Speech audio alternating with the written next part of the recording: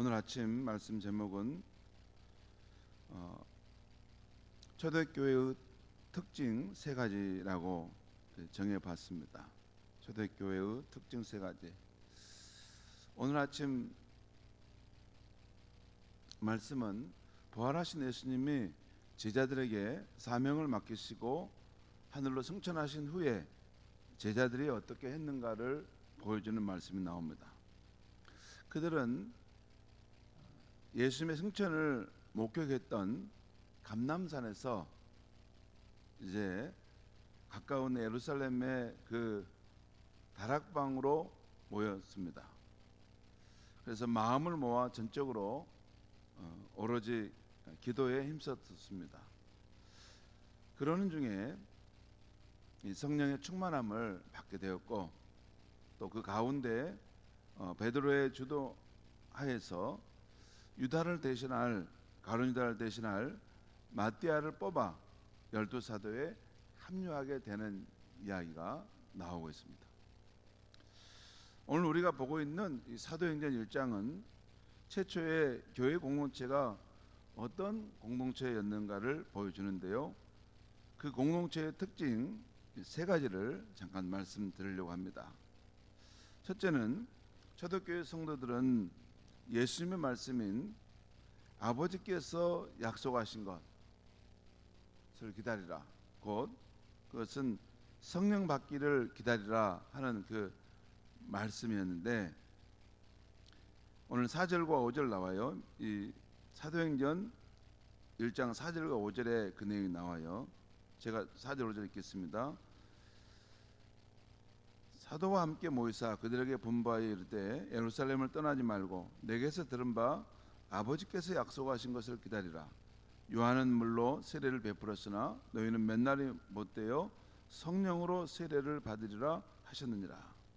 그러니까 예수께서 제자들에게 너희는 예루살렘 떠나지 말고 아버지께서 약속하신 것을 기다리라 했는데, 그것이 뭐냐? 아버지께서 약속하신 것이 뭐냐면 그들이 성령의 권능을 받도록 기다리라는 것입니다.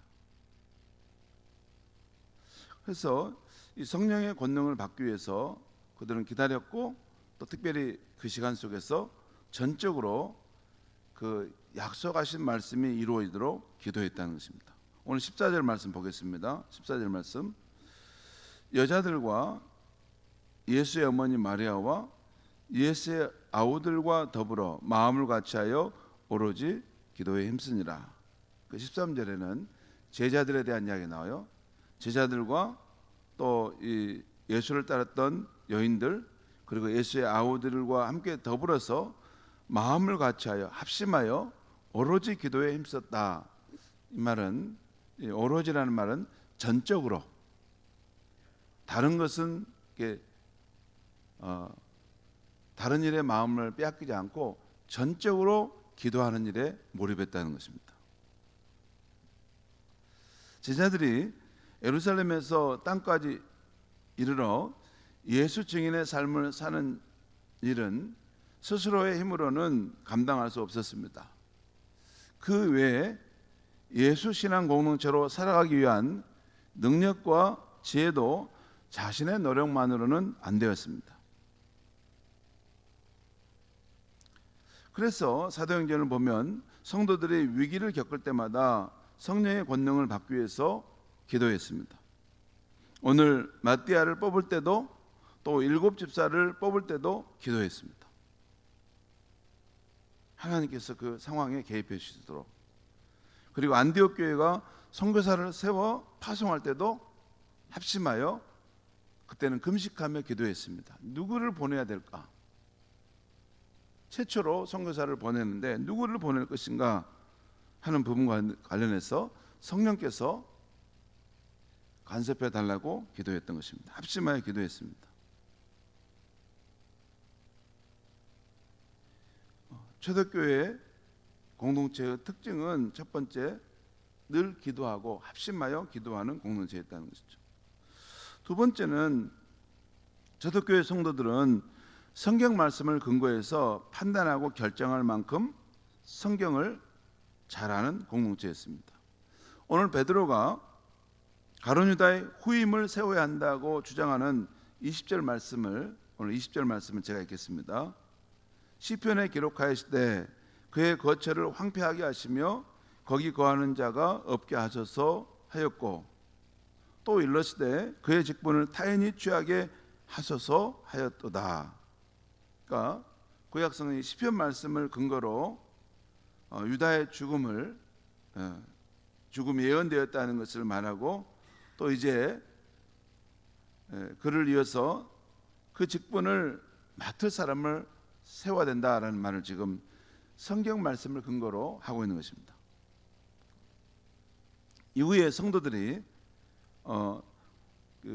두 사람 가운데 한 사람인 마띠아를 제비 뽑아 선정한 것도 성경 말씀에 나온 그 방법을 알고 있었기 때문에 가는 것이었습니다.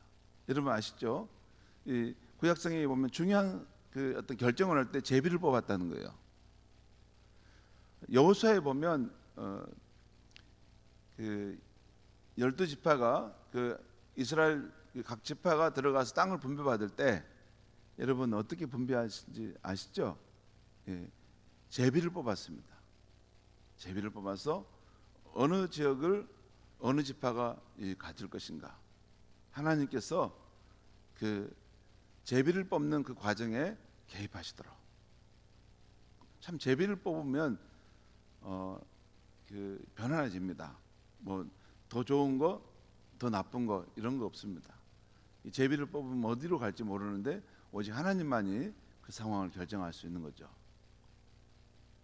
아무튼 이 제비 뽑는 방법을 통해서 그 가룟 유다의 후임을 세웠던 것도 이 성경을 그들이 잘 알고 생활 속에서 그 기준을 따라 살 수 있었기 때문에 가는 것입니다. 그러니까 초대교회 성도님들은 성경 말씀을 잘 알았고 성경 말씀을 중요한 판단 기준으로 삼아 살았다는 것입니다. 세 번째 초대교회 공동체는 성경에 명시되어 있지 않은 일을 결정할 때는 어떻게 했냐?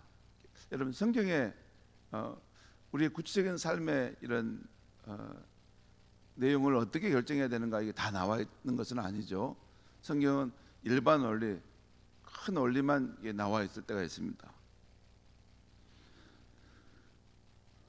자, 이렇게 성경에 명시되어 있지 않는 그런 일들을 결정할 때는 어떻게 했냐면 누구나 동의할 수 있는 그런 합당한 방법으로 결정하는 사람이 되었다는 것입니다.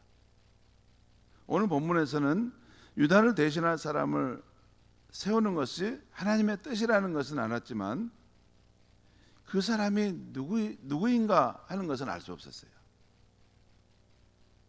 그 사람이 누구인가를 알 수 없었을 때 오늘 초대교회 공동체는 누구나 동의할 수 있는 합리성을 근거로 해서 사람을 추천했습니다. 곧 사도들과 함께 예수님을 생전에 따라다닌 사람, 또 예수님의 부활과 승천을 직접 목격한 사람, 그리고 예수 부활의 증인으로 살 수 있는 사람입니다.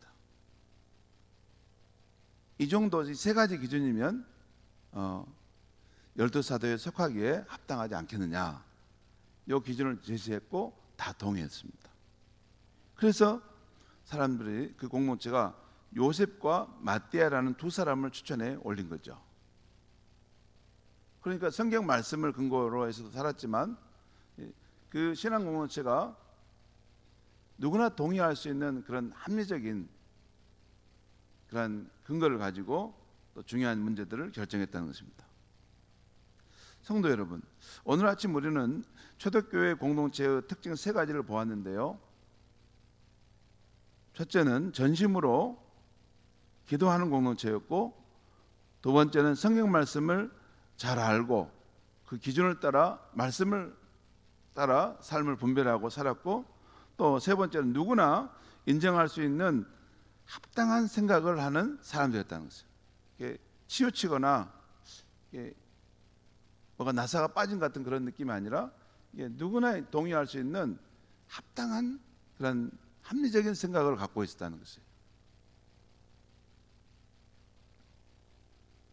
교회 공동체가 건강하여 이 세상에서 예수 증인의 사명을 잘 감당하려면 이 세 가지가 다 중요할 것입니다.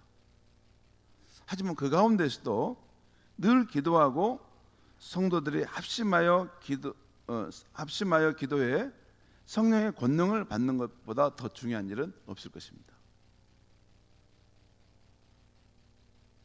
그래서 예수님도 너희가 아버지께서 약속하신 그 성령을 받기 위해 기다리고 깨어 기도하라고 말씀하셨던 것입니다. 여러분, 사람은 잘 안 바뀝니다. 사람은 겉만 좀 바뀔 수 있지만 그 내면의 본체가 바뀌는 것은 잘 그런 일은 별로 없습니다.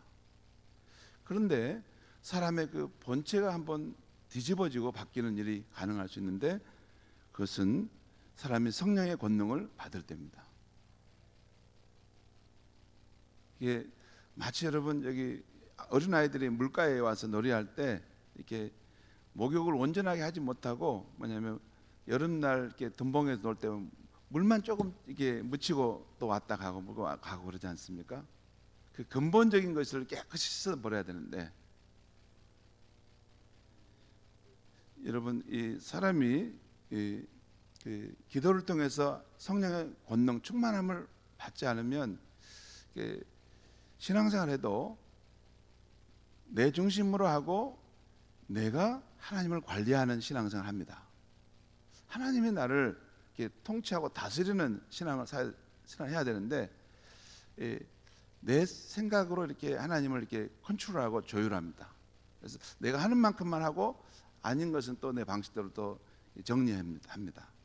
그런데 그러면 능력의 역사가 또 나타나는데 한계가 있습니다.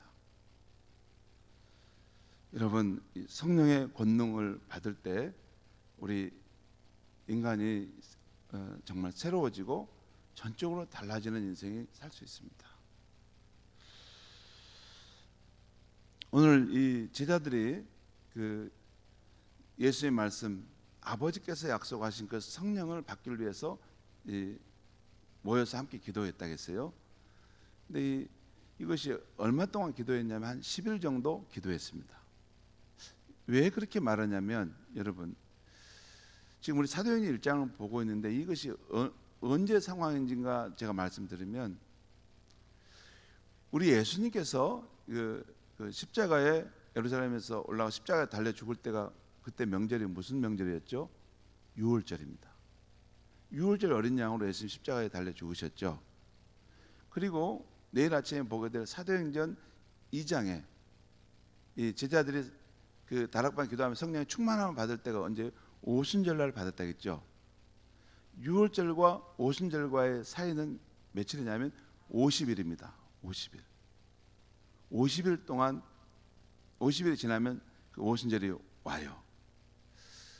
그런데 여러분 예수님께서 그 3일 만에 부활하신 후에 며칠 동안 제자들과 함께 있으면서 자기의 부활하심을 나타냈다고 했어요? 40일 동안 있었어요. 그러니까 6월절 때 즈음에 돌아가시고 바로 그 하루 이틀에 예수님이 다시 부활하시게 된 거잖아요. 그리고 부활하신 예수님이 40일 동안 자신을 보이셨고 사명을 맡기시고 하늘로 승천하셨잖아요. 그리고 제자들이 이제 그 예루살렘의 다락방에서 모여서 기도했는데 오순절날 성령의 충만을 받았다는 거예요. 그러니까 10일 어간 정도를 제자들이 그 예루살렘의 그 다락방에서 함께 모여서 뜨겁게 합심 기도했다는 거죠. 그러면 10일 동안 어떻게 기도했을까요? 물도 밥도 아무것도 안 먹고 막 다 계속 기도만 했을까요?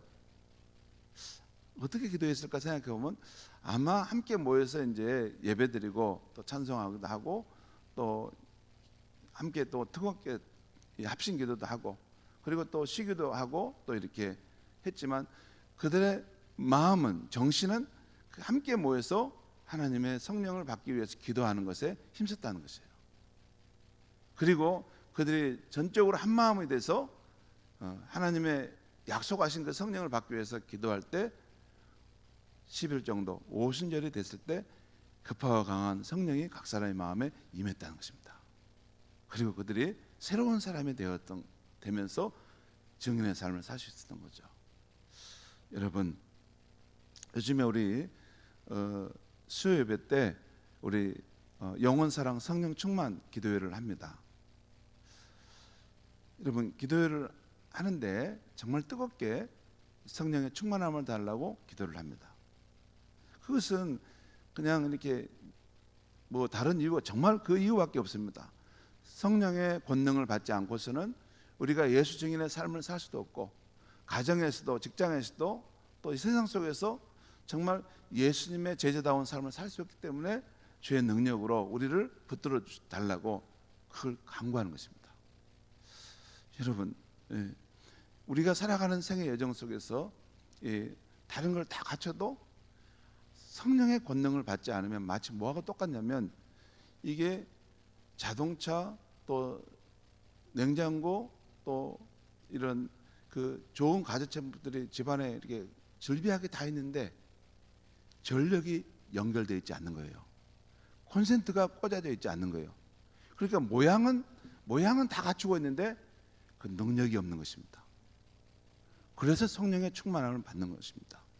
성령의 충만함을 받는 것은 마치 우리의 존재의 콘센트를 하나님의 능력의 차원에 그것을 이렇게 연결하는 것입니다. 그럴 때 하나님의 영이 우리 가운데 오셔서 우리의 존재를 사로잡으시고 우리를 새로운 존재가 되게 하시는 것입니다. 여러분, 여러분의 자신의 삶이 만족하십니까?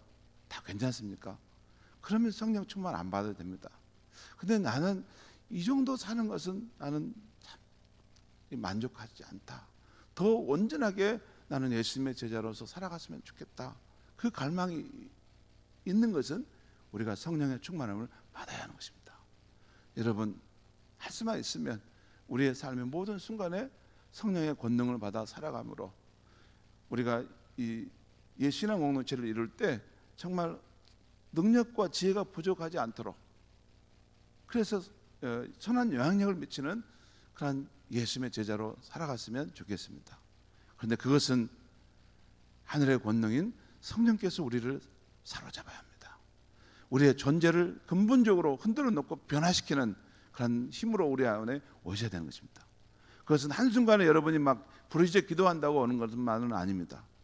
여러분의 마음속에 진정으로 진실로 성령의 권능을 받고자 하는 사모함이, 간절함이, 그 성령께서 나를 붙드셔만이 내 삶이 새로워지겠다는 그러한 간절한 열망이 있을 때, 급하고 강한 바람처럼 성령께서 여러분이 길을 가다가도 산책하다가도 주님을 찾을 때 그 골방에서라도 그것이 성령께서 임하시는 역사를 나타낼 줄 믿습니다.